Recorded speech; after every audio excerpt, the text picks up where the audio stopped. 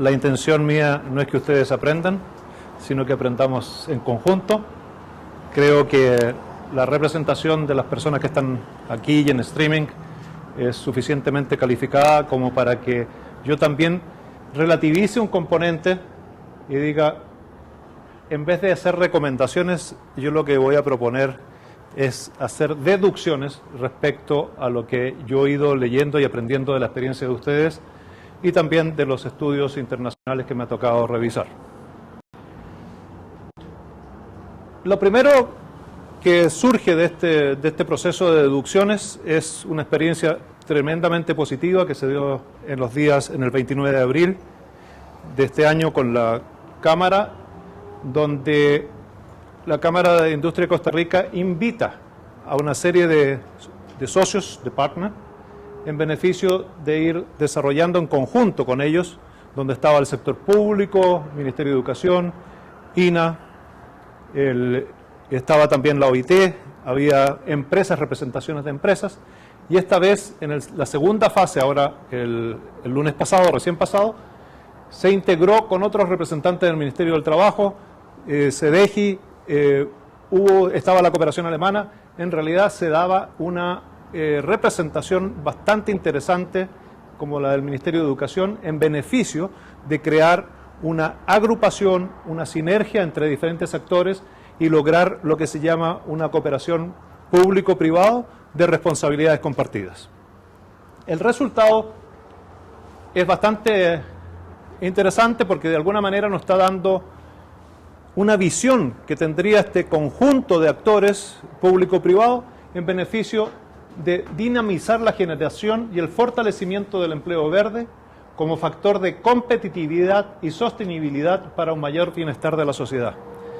O sea, se entiende en este objetivo estratégico consensuado por las diferentes partes de que es necesario dedicarse al empleo verde, darle competitividad, sustentabilidad como un componente y un aporte específico y de bastante valor en beneficio del bienestar de la sociedad.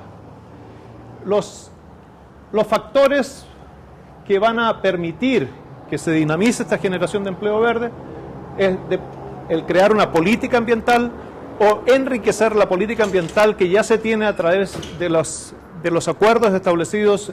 Ustedes se acuerdan de lo que se logró en la estrategia de cambio climático del sector industrial entre Canacintra, Cámara Nacional de la Industria de la Transformación de México y la Cámara de Industria de Costa Rica. Nosotros enriqueceríamos, complementaríamos esa política ambiental agregando un aspecto de normativa hacia los empleos verdes. El tema de la difusión o posicionar el tema verde también está considerado. La gestión de innovación y tecnología, la capacitación e información y finalmente el financiamiento que de una forma muy especial dejamos de lado cuando hicimos la planificación estratégica.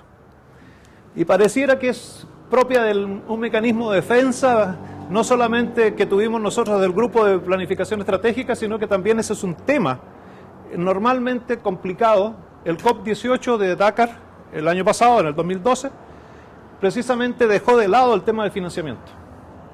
O sea, dejó de lado una de las tareas más claras definidas por una serie de COP anteriores, de conferencias internacionales, en beneficio de financiar la política y las acciones de las organizaciones como la Cámara de Industria o de los países en desarrollo para integrar políticas que disminuyan los gases de efecto invernadero.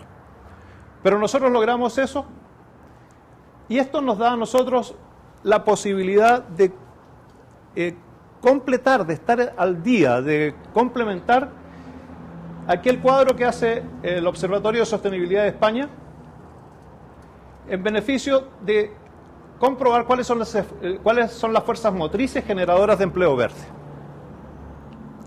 Una, que a mi juicio se dio y se da en el conjunto de las personas que estaban presentes en esta planificación estratégica y operativa, es aquella que se refiere a la concienciación social y responsabilidad ambiental. Me da la impresión que Costa Rica en ese sentido es una vanguardia de concienciación ambiental. Le cuento una anécdota, me da la impresión que en Chile todavía nosotros no estamos a ese nivel. Le contaba a alguien de ustedes que a raíz de este tema empecé a buscar literatura que tuviera que ver con empleo verde, con economía verde, con medio ambiente. Y recorrí 10 librerías, que fue ya un afán de hacer una encuesta. Y llego a la conclusión de que en una librería encontré un libro que se llamaba Introducción a la Ingeniería Ambiental y estaba en jardinería.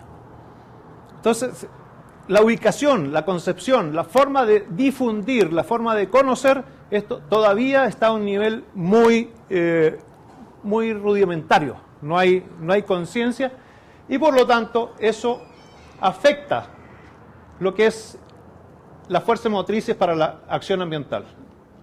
Marco normativo, planificación y gestión, los convenios internacionales, estrategia de desarrollo sostenible, políticas ambientales, gasto público, fondos de financiación de la Unión Europea, financiación público-privado, instrumentos económicos, etc. Esas fuerzas motrices para la acción ambiental dan paso a la integración ambiental de las políticas y actividades para que se produzca la transición hacia la sostenibilidad de los modelos de producción y consumo. Acciones reactivas, preventivas y proactivas. Producida la transición, pasamos nosotros a actividades ambientales en los sistemas de producción y consumo, actividades ambientales de sectores regulados, actividades ambientales en sectores no regulados, actividades ambientales en el tercer sector, voy a leer la última, sectores emergentes para una economía sostenible, y este conjunto, fuerzas motrices más actividades ambientales, va a dar una generación neta de empleo verde.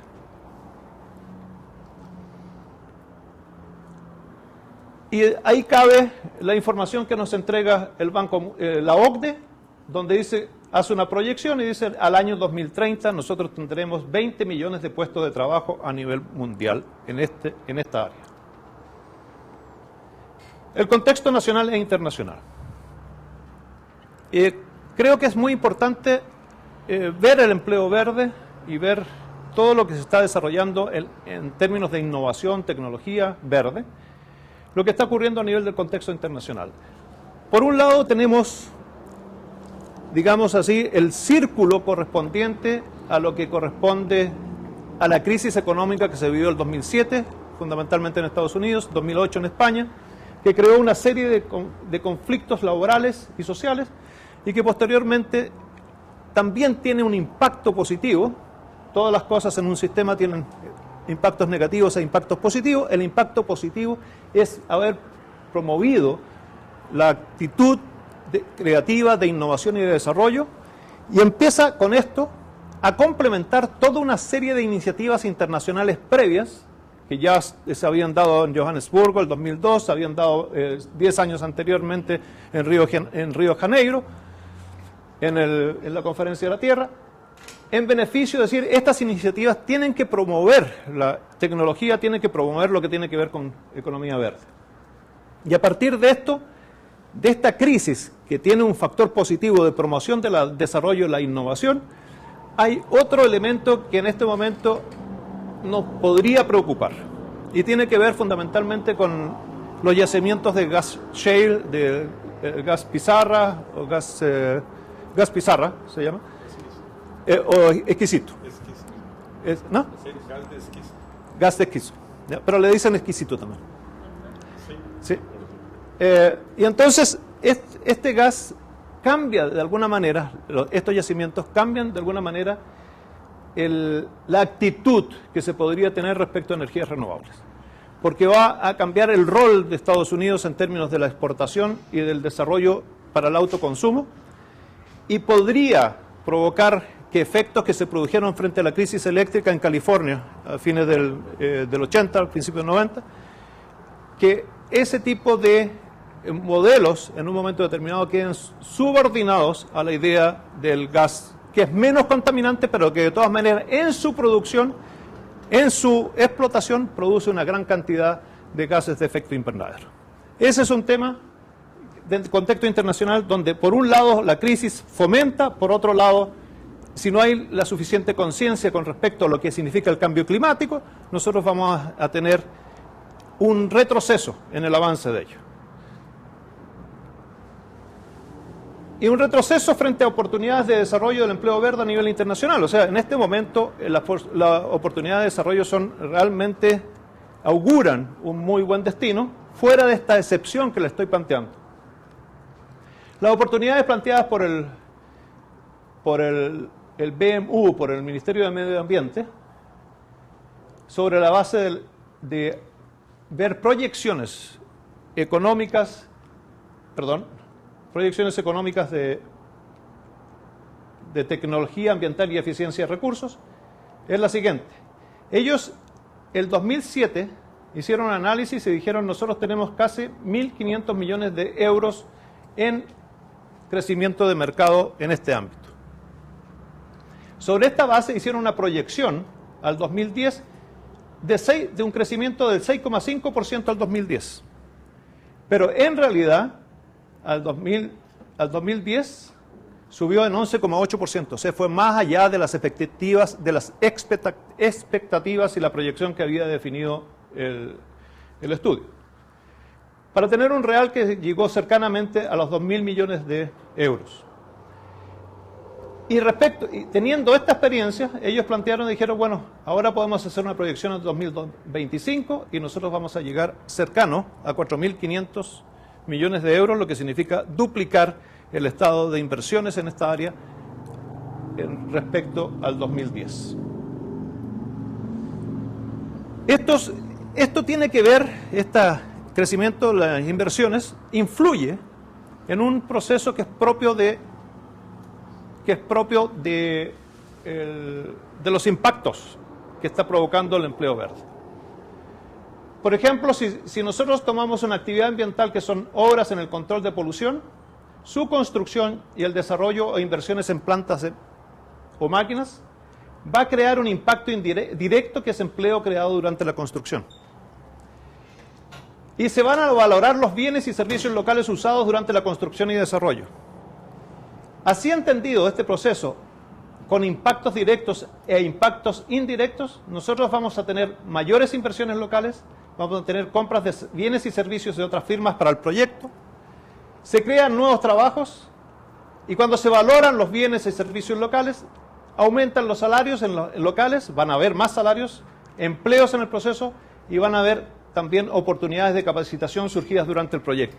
Lo que quiere decir que iniciado el proceso de inversiones, iniciado el proceso de transferencia de tecnologías, nosotros vamos a tener un desencadenamiento de tipo económico, social, que va a significar más información, más inversiones, más desarrollo, más empleos, mejores salarios y mejor capacitado al personal. Y aquí está era una transparencia que yo la quería quitar, pero la dejé. Y la entendía casi como una anécdota. Y me convenció Wilson que era más que una anécdota, y me dijo que en la práctica esto significaba que también en este ámbito se están dando niveles de concentración de riqueza, porque el negocio mismo de lo que es empleo verde es algo que llama la atención y ya están apareciendo multimillonarios que hacen sus fortunas a través de la tecnología limpia y formas de producción verde, es decir, que no atentarían contra el medio ambiente. El condicional es bastante importante en este caso, no atentarían contra el medio ambiente, lo vamos a ver posteriormente si efectivamente es así, cumplen con la condición. Ahora, me pregunto si hemos visto lo del contexto, hemos visto el proceso multiplicador que tienen los empleos verdes, veamos qué es lo que pasa, por qué de estos potenciales. Habíamos visto el tema de lo que ocurría con las influencias internacionales, qué es lo que está ocurriendo con la crisis, y finalmente casi todas las organizaciones internacionales, la OCDE, el Banco Mundial, también las COP, Johannesburgo 2002 fundamentalmente, dicen esto va a tener un potencial siempre que nosotros cambiemos el modo de producción y consumo. Es una exigencia de alto nivel. Yo no me concentré tanto en todas las pautas que da Johannesburgo, en el sentido de decir cómo se hace el cambio de consumo, cómo se hace el cambio de producción, sino que me interesó transmitirles una confrontación entre dos tipos de conceptos de desarrollo económico.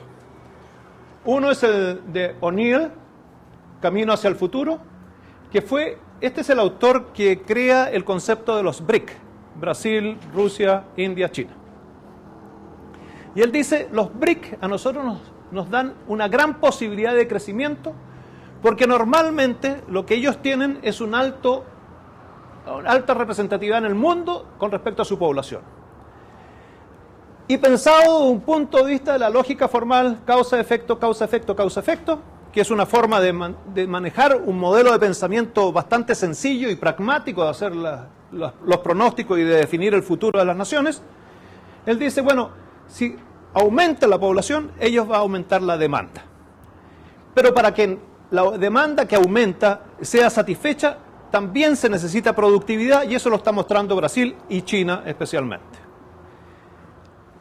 Y aumentando la productividad, aumentando la demanda, crece la riqueza de las naciones. Y creciendo la riqueza de las naciones, tenemos suficientes medios para crear el trickle-down effect, para crear el efecto de chorreo. El resultado de eso es que se mantiene una continuidad lógica formal. Quiero decir que esto es como que fuera al infinitum. Y esta concepción no está considerando los impactos sociales y ambientales. Por otro lado, las organizaciones financieras que fueron de alguna manera responsables de los créditos amarrados, que se llamaban entonces en el 80, el 90 dijeron, nosotros tenemos que cambiar el modelo de hacerlo. O sea, lo primero que vamos a hacer, vamos a darle mayor fortaleza al Estado. Vamos a tener que fortalecer el Estado en términos institucionales para que cumpla su rol de subsidiariedad. Anteriormente lo habían dejado totalmente de lado. Ese es el primer cambio. Segundo, vamos a tener que hacer participar a las comunidades, a las organizaciones civiles, en términos participativos en beneficio de crear un nuevo modelo de pensamiento. Y el nuevo modelo de pensamiento lo plantea Jeremy Rifkin, La tercera revolución industrial, que sale en Barcelona el 2012. ¿Lo ha leído alguno de ustedes? ¿Lo conoces? ¿Qué te pareció? Bien. Lo interesante de este modelo es que dice, nosotros no podemos seguir en la línea de la segunda revolución porque ella está agotada. El petróleo es finito, Estados Unidos nos está diciendo que será finito, no sé hasta cuánto. Ahí la hipótesis está de alguna manera relativizada. La tecnología es obsoleta, efectivamente es muy adecuada y moderna para el primer modelo, pero obsoleta en la práctica para la renovación. Y lo que pasa es que tiene un impacto a nivel social que es muy grande, porque la crisis económica ha dejado a millones sin trabajo. Él estaba dando esta entrevista, Rifkin, fuera de su libro, estaba dando entrevista en España. Él decide irse de Estados Unidos a Europa porque dice ahí están las nuevas perspectivas de desarrollo con respecto al nuevo modelo. Y plantea como impacto las consecuencias, uno, Jim O'Neill, que esto va a ser un desarrollo insustentable. Es imposible creer que el crecimiento puede ser demandado en la forma que él lo está planteando, porque va a crear una crisis a nivel de lo que significan las materias primas, los hidrocarburos, va a crear lo que tiene que ver con el cambio climático, el efecto sustentable. Entonces, por el contrario, Rifkin dice, las energías renovables no convencionales crearán millones de empleos y miles de oportunidades para pequeñas y medianas empresas, hará que la economía vuelva a crecer y enderezará la seguridad energética y el cambio climático en el mundo. Y para eso se basa en 5 pilares. Yo le voy a dar solamente uno que a mí me parece bastante interesante y no sé, porque no soy un técnico, no manejo la tecnología, a lo mejor Sergio podría corroborarlo, o Wilson, o cualquiera de ustedes que está desarrollando ese ámbito. Él dice, en un sistema domótico está comprobado que se puede absorber el 30% de la energía. O sea, tiene la capacidad de utilizar energía en un 30% más. Y esa energía, dice, va a estar almacenada en los edificios.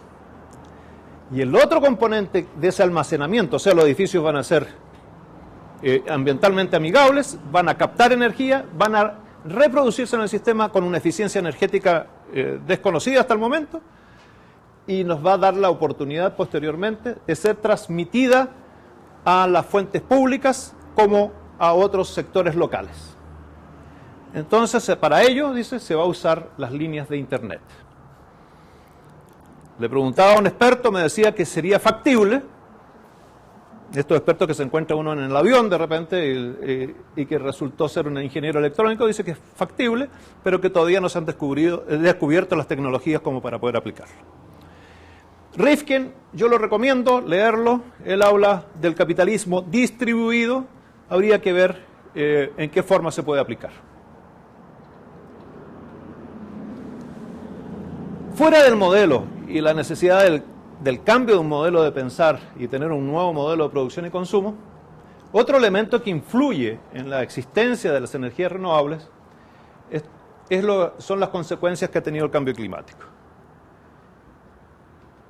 La temperatura media de la superficie ha subido de 0,74 grados Celsius desde finales del siglo XIX. 9 de los últimos 10 años han sido los más calurosos que se tiene constancia por parte del NOAA, dice. Al año 2100 habrá subido 1,8 a 4 grados Celsius o más si no se hace nada por impedirlo, etcétera, etcétera, lo que dice que el nivel medio del mar subió entre 10 y 20 centímetros a lo largo del siglo XX y se espera que para el 2100 haya subido entre 18 y 50 centímetros, 59 centímetros.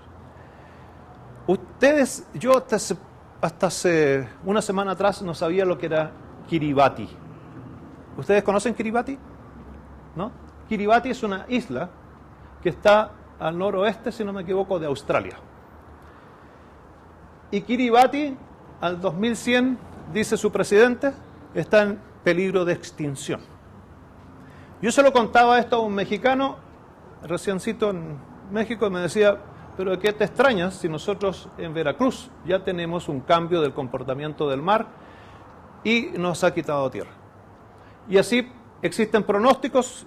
No quiero caer en lo que se calificó de alarmista por parte de Al Gore, pero también Cancún podría desaparecer. Entonces, frente a estos fenómenos hay un imperativo necesario de cambio.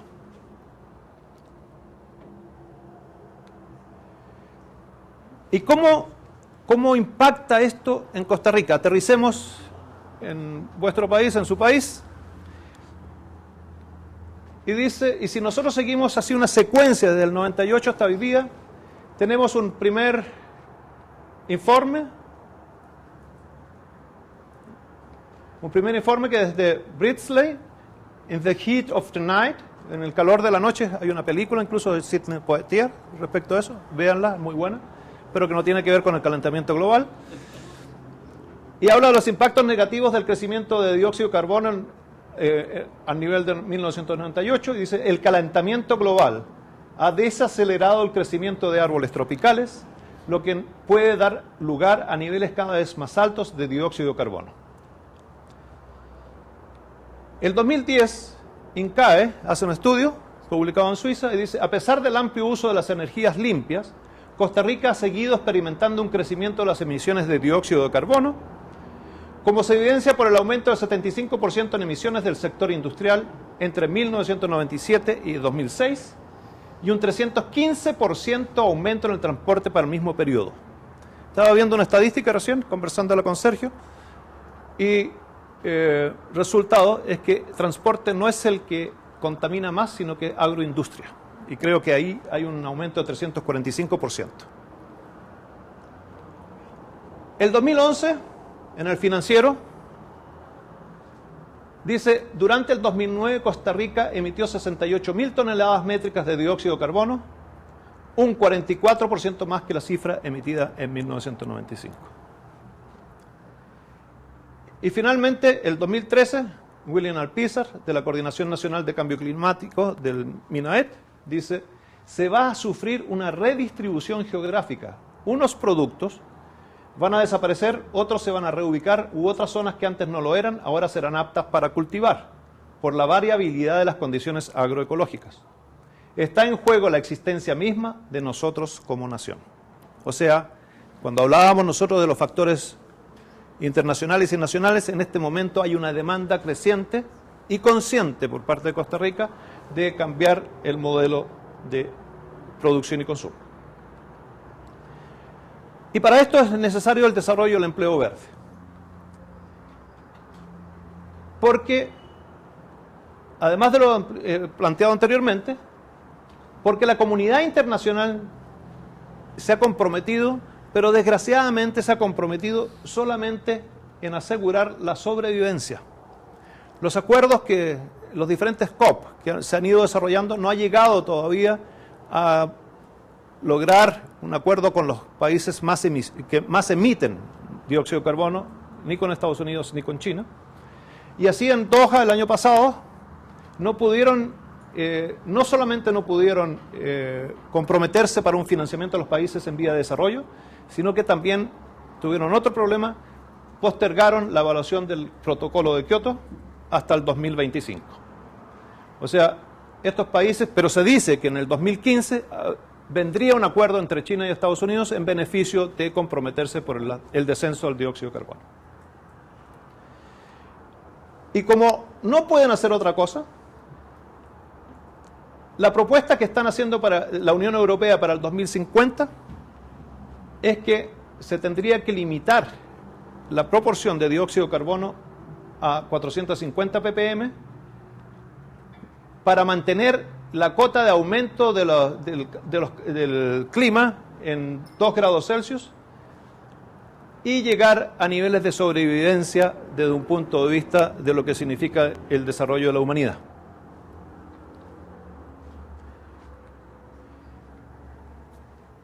Pero tenemos el instrumento que es el empleo verde en beneficio de disminuir esa proporción de dióxido de carbono, y además de las informaciones que estaba dando anteriormente, le agrego el componente del efecto multiplicador del empleo verde, donde nuevos empleos se crean más por el efecto multiplicador que por otro tipo de medidas. Ellos mismos van provocando una dinámica que permite multiplicar su presencia. Y en este caso, vale la pena mencionar un ejemplo.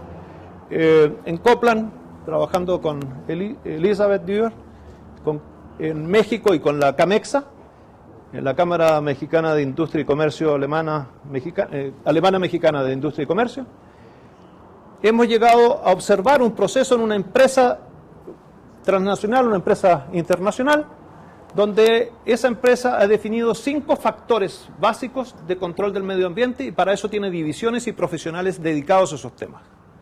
Uno es agua, el otro es materiales, residuos peligrosos, energía y dióxido de carbono. Esos 5 factores.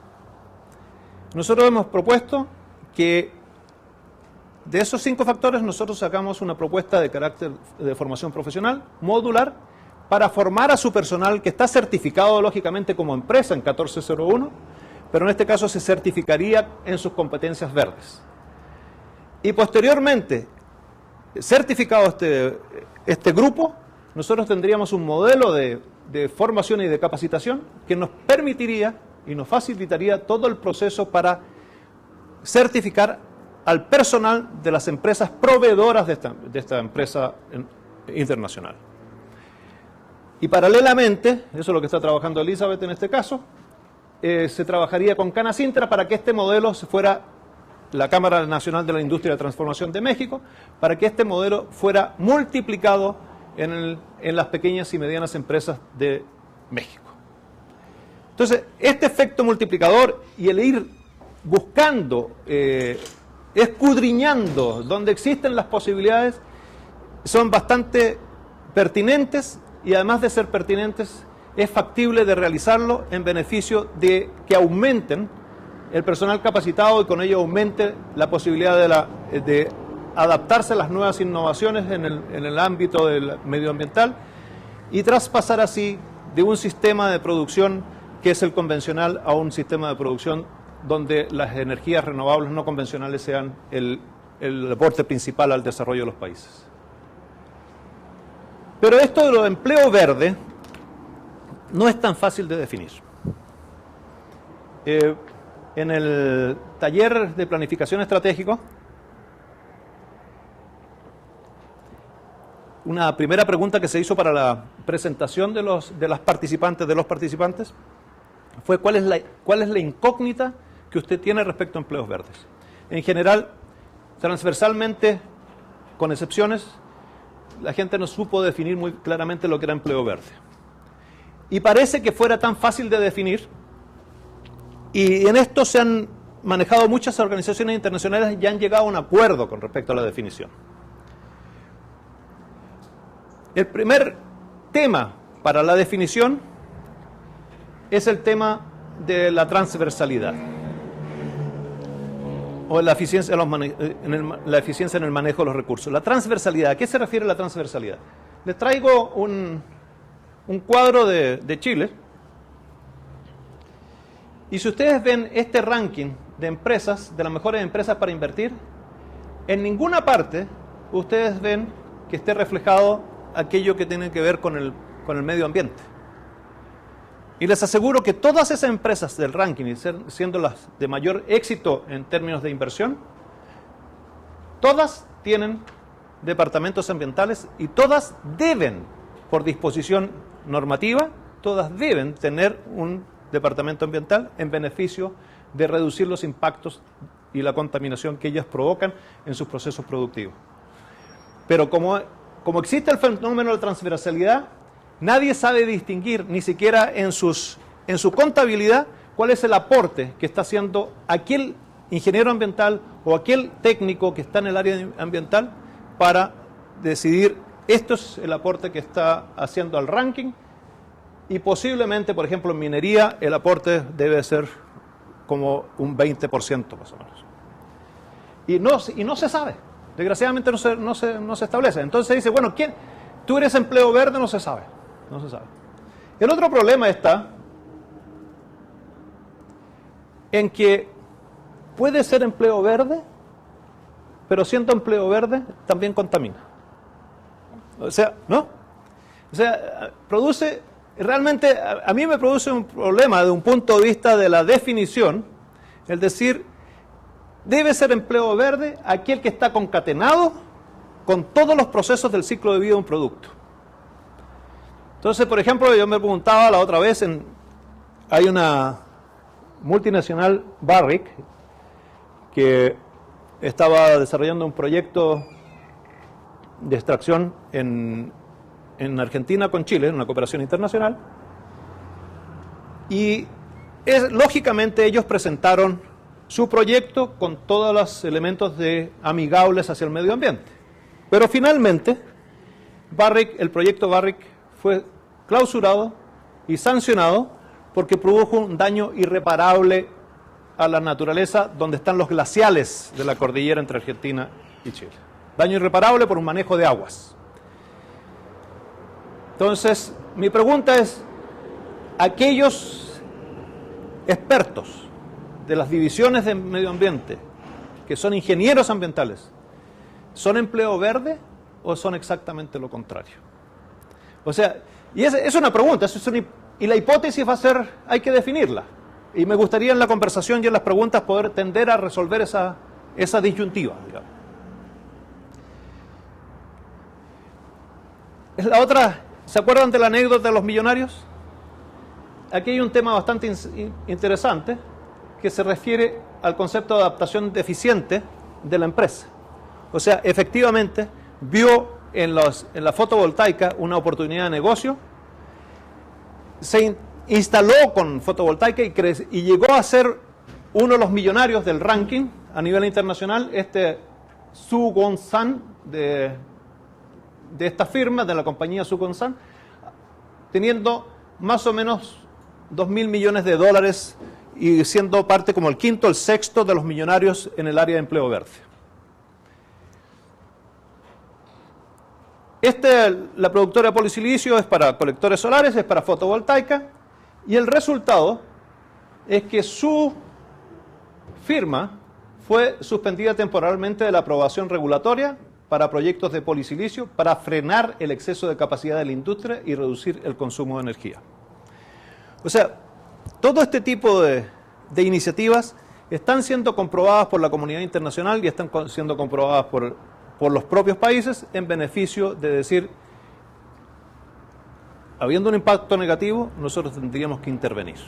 Y por eso se hace más difícil, a pesar de que está haciendo productos fotovoltaicos, que son energías renovables no convencionales, está provocando problemas al medio ambiente.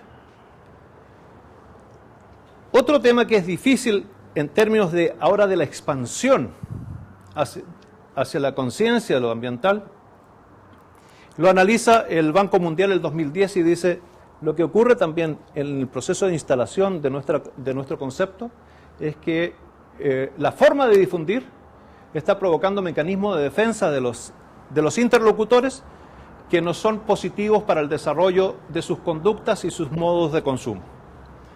Por ejemplo, cuando hablamos nosotros de efectos devastadores del cambio climático, la gente frente a esos efectos devastadores como individuo, como grupo poblacional, se siente totalmente afectado de decir, bueno, yo frente a ese efecto no puedo hacer nada y por lo tanto un mecanismo de defensa de las conductas normalmente es evadir el compromiso.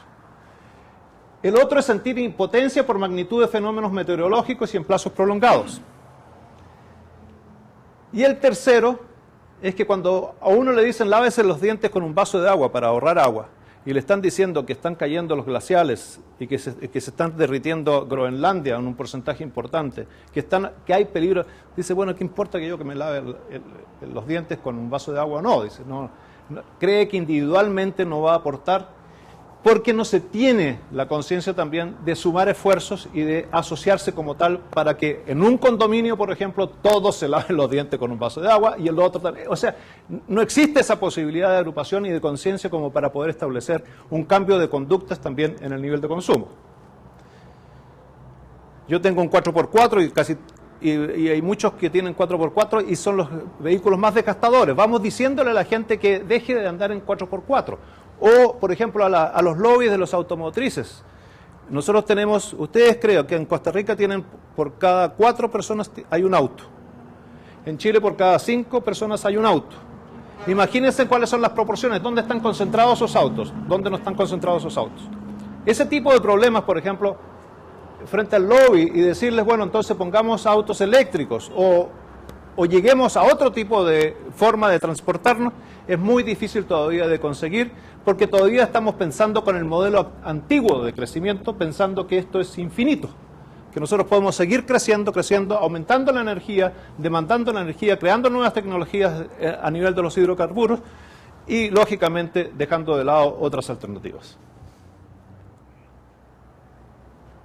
El otro tema es el tema de los procesos. En 1990 a Chile le imponen el Banco Mundial y el BID que adecúe sus políticas al impacto ambiental. No lo voy a expresar todo, pero lo que ocurre es que recién en el 2010, luego de una auditoría de la OCDE, porque Chile quiso integrarse a la OCDE, el 2010 se crea el Ministerio de Medio Ambiente y el 12 se crean los tribunales ambientales. Además, toda una demanda internacional que dice que al 2020, esta idea del 2020, ¿no? Que el 2020 el 20% de la energía va a ser renovable. Chile ya encontró una exclusión la semana pasada por acuerdo entre el Ejecutivo y el Legislativo, en que dice que eso lo vamos a hacer 2025. Entonces estamos postergando la decisión. ¿Qué quiero decir con esto? Que los procesos dependen de voluntades políticas, organizacionales, tanto empresariales como también de la organización de la sociedad civil. Si esto no se agiliza, y esto lo está considerando de todas maneras la planificación estratégica que hicimos nosotros en este año y en estos 2 meses, si esto no se agiliza, realmente vamos a estar siempre postergando los compromisos que nos está exigiendo la comunidad internacional. Pero por otro lado tenemos otro ejemplo, y si la cooperación internacional le pone acento en esto, yo creo que sería muy bonito que ustedes fueran a conocer la ciudad de Friburgo. ¿Quiénes conocen Friburgo? Lisa, ¿tú lo conoces? Lógicamente. Ahí tenemos, por ejemplo, un tema que yo creo que es bien interesante de trabajarlo en conjunto que es respecto a cómo la Unión Europea está trabajando la generación de empleo en transporte colectivo en el marco de una movilidad sostenible.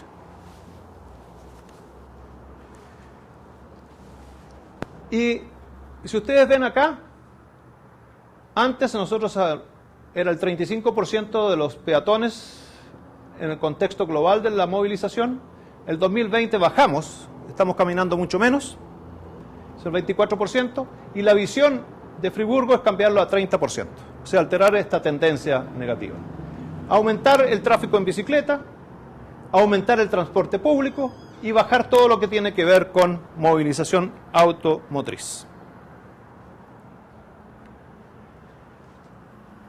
Pero para esto también necesitamos superar esta incógnita. Ya les dije que los elementos de la incógnita son la transversalidad, los procesos, el modo de comportarnos, pero superar la incógnita implica llegar a una definición funcional de empleo verde. Y me baso en dos citas. Una de Wendy Alfaro, que dice en su estudio sobre la encuesta, habilidades y competencias de una economía verde para empleo verde, dice, es de vital importancia obtener una definición con la que se logre consenso entre todos los sectores agremiados. Y por otro lado, Leonardo Ferreira, director adjunto de la OIT, dice, avanzar en acciones más concretas, más que cuantificar y prospectar para tener pautas más claras en qué apoyar y dónde trabajar en términos de empleo verde. Y eso me lleva a ver cuál es la definición que tiene la OIT y que es consensuada a nivel de los organismos internacionales. Ella dice que el término trabajo verde es usado en esta guía para referirse a los trabajos que son sustentados por actividades económicas que son más respetuosas del medio ambiente que la alternativa convencional y que también ofrecen condiciones de trabajo que cumplen con los estándares aceptados de trabajo decente.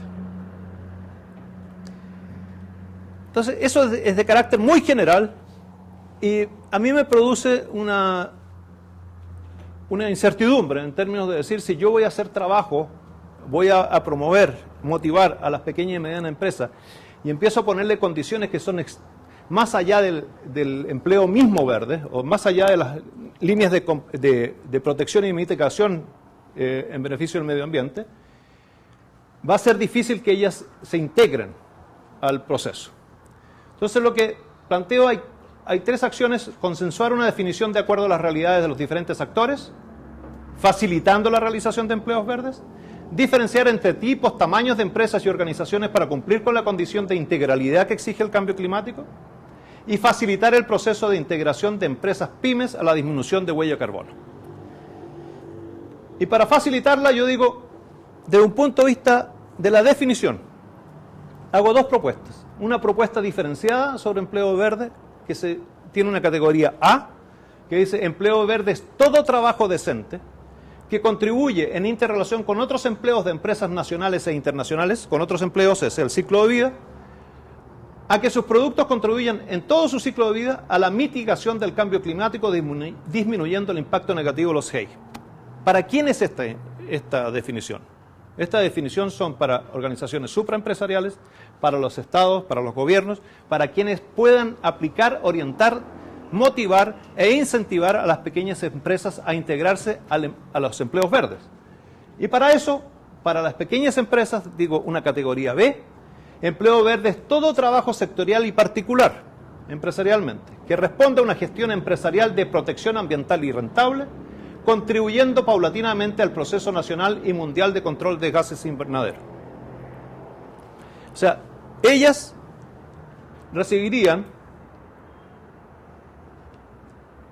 un apoyo para una gestión empresarial de protección ambiental y rentable y paulatinamente podrían contribuir a la disminución de los GEI. O sea, hay dos categorías que tienen que ver con estrategias diferentes de aplicar una definición y que responden a realidades distintas y totalmente cuantificables.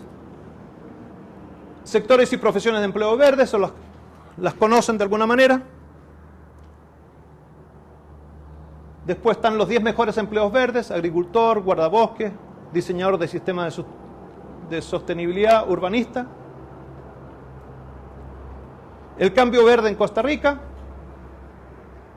se va fundamentalmente por su estrategia de carbono neutralidad, partiendo de la base que el transporte es su principal responsable de la contaminación, por eso la deducción que yo hago en términos de utilizar ese concepto de la Unión Europea, lograr ahorros en producción y tener facilidades gubernamentales para los negocios internacionales.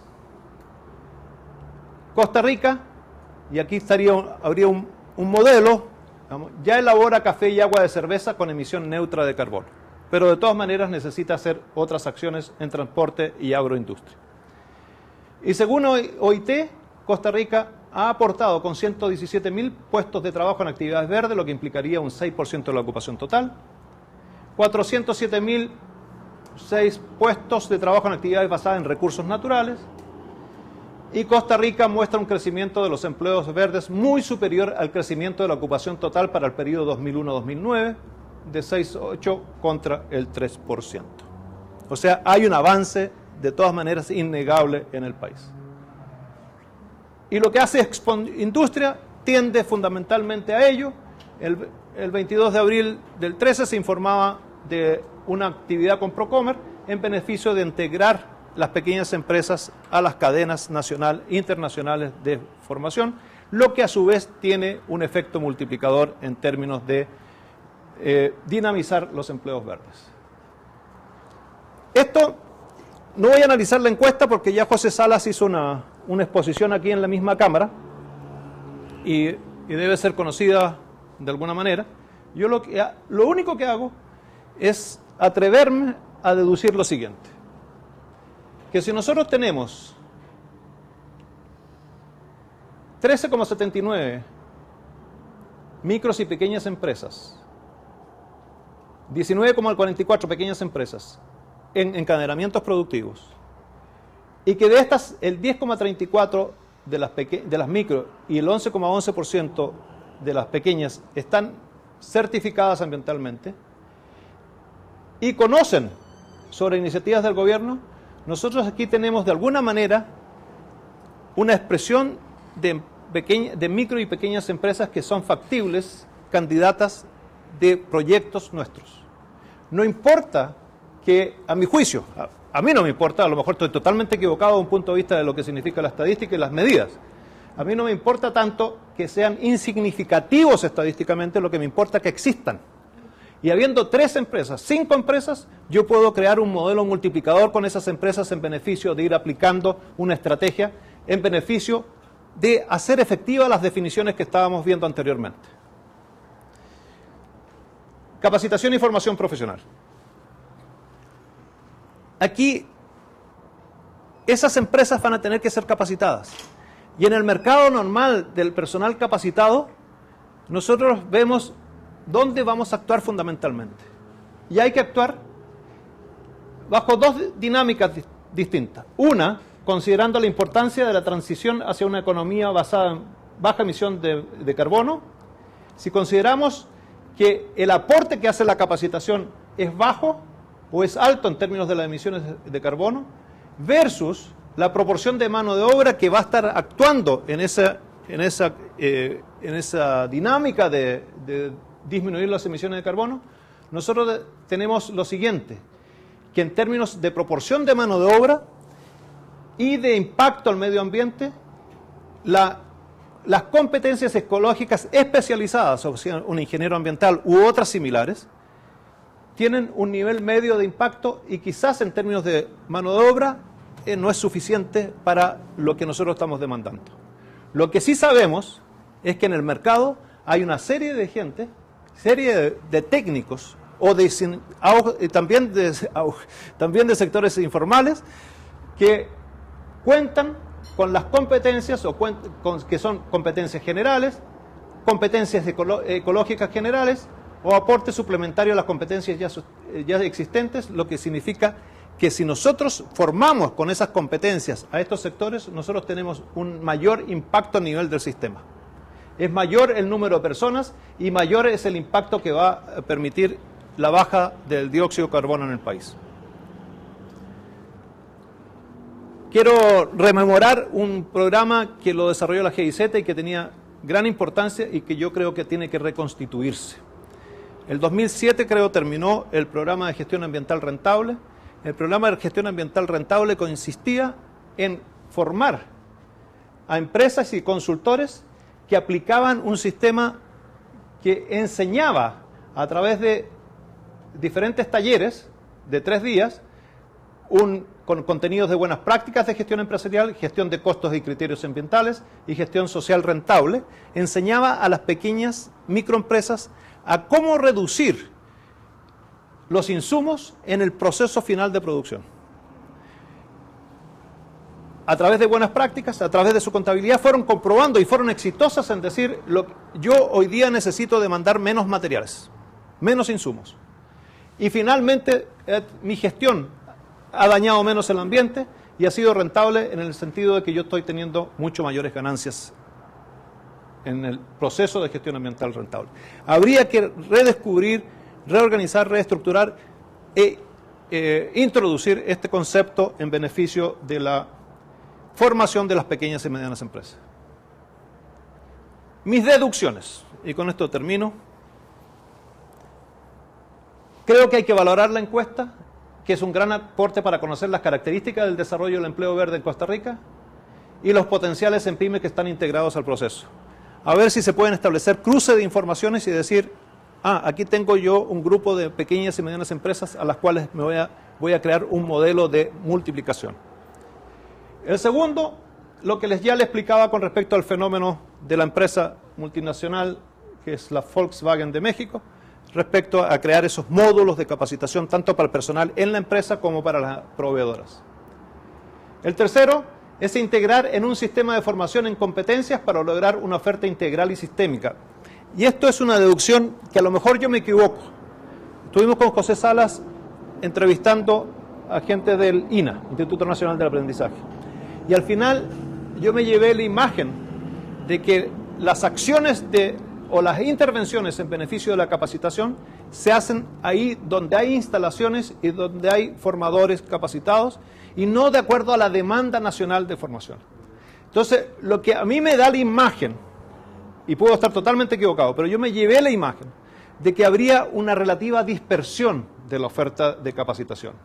Entonces, me da la impresión que este nuevo contrato que se está estableciendo a través de nuestra planificación estratégica, y ya estoy diciendo nuestra incluso, de nuestra planificación estratégica entre la Cámara, INA y los otros participantes como el Ministerio de Educación Pública, Ministerio del Trabajo, esa sinergia podría llegar a crear un sistema de formación en competencias para lograr una formación integral y sistémica.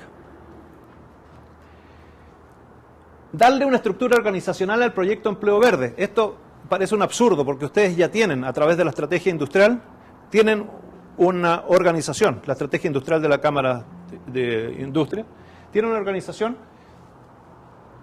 pero en el afán de integrar en un grupo de dirección estratégica, si fuera posible a nivel nacional, en beneficio de darle vida al sistema de innovación, transferencia tecnológica, desarrollo de productos verdes y finalmente el empleo verde.